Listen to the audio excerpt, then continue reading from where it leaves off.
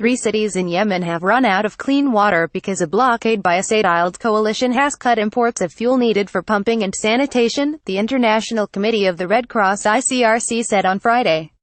As a result of the development in Taiz, Saada and Hodeidah, close to 1 million people are now deprived of clean water and sanitation as Yemen emerges from the world's worst cholera outbreak in modern times, the ICRC said. Other cities, including the capital Sanaa, are expected to be in the same situation within 2 weeks, ICRC said in a statement. With imports of fuel and other essential goods at a standstill for the past 10 days, 3 Yemeni cities had to stop providing clean water in recent days, putting close to 1 million people at risk of a renewed cholera outbreak and other waterborne diseases, it said. The water and sewage systems in Hodeidah, Saada and Taiz stopped operating because of a lack of fuel, the head of the ICRC in Yemen, Alexander Fett, said in the statement. A Yemeni youth receives treatment at a hospital after he was reportedly injured in a Saudiled coalition airstrike targeting Shiite Houthi rebels and their allies in Taiz on November 14. Of PGT images, the coalition closed all air, land and sea access to Yemen on November 6 following the interception of a missile fired towards the Saudi capital, saying it had to stem the flow of arms from Iran to its Houthi opponents in the war in Yemen. The United Nations has said the blockade could lead to untold thousands of deaths, and that its partial lifting by the Saudiled coalition is not enough. Yolanda Jacquemet, an ICRC spokeswoman in Geneva, said the shutdown of water services was a very bad sign for the fight against cholera, which had been on the wane for weeks in Yemen, although new cases are still running at about 2,600 per day.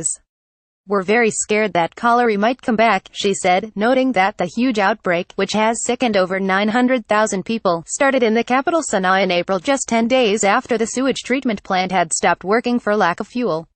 If these water treatment plants and sewage plants stop working, it can only bring cholera back and other waterborne diseases, she said. Medical supplies running out. As medical supplies run down because of the blockade, ICRC staff had been approached for help by 5 medical centers that it does not normally support. Already 7 million people are in famine-like conditions, and the UN has said that number could rise to over 10 million if Yemen does not get food and nutritional supplies fast. Famine is only officially declared after an inspection team has carried out a formal survey on the ground, so there is no guarantee that famine is not already underway. There may be, as we speak right now, famine happening, UN humanitarian spokesperson Jens Leerk said at news conference in Geneva. And we hear children are dying. There is excess mortality as a consequence of undernourishment. Meanwhile, suspected airstrikes by the Saudiled coalition killed at least 21 people on Friday in the country's west and northwest, said Yemeni security officials and witnesses. One airstrike hit a bus in El Zahar district in the western province of Hodeidah, killing 6 civilians, they said. At least 15 people were killed in another airstrike on a market in Yemen's northwestern Hajj province, controlled by the Shia rebels, the officials and witnesses added.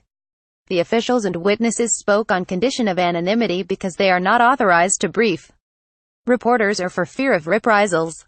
There was no immediate comment from the coalition.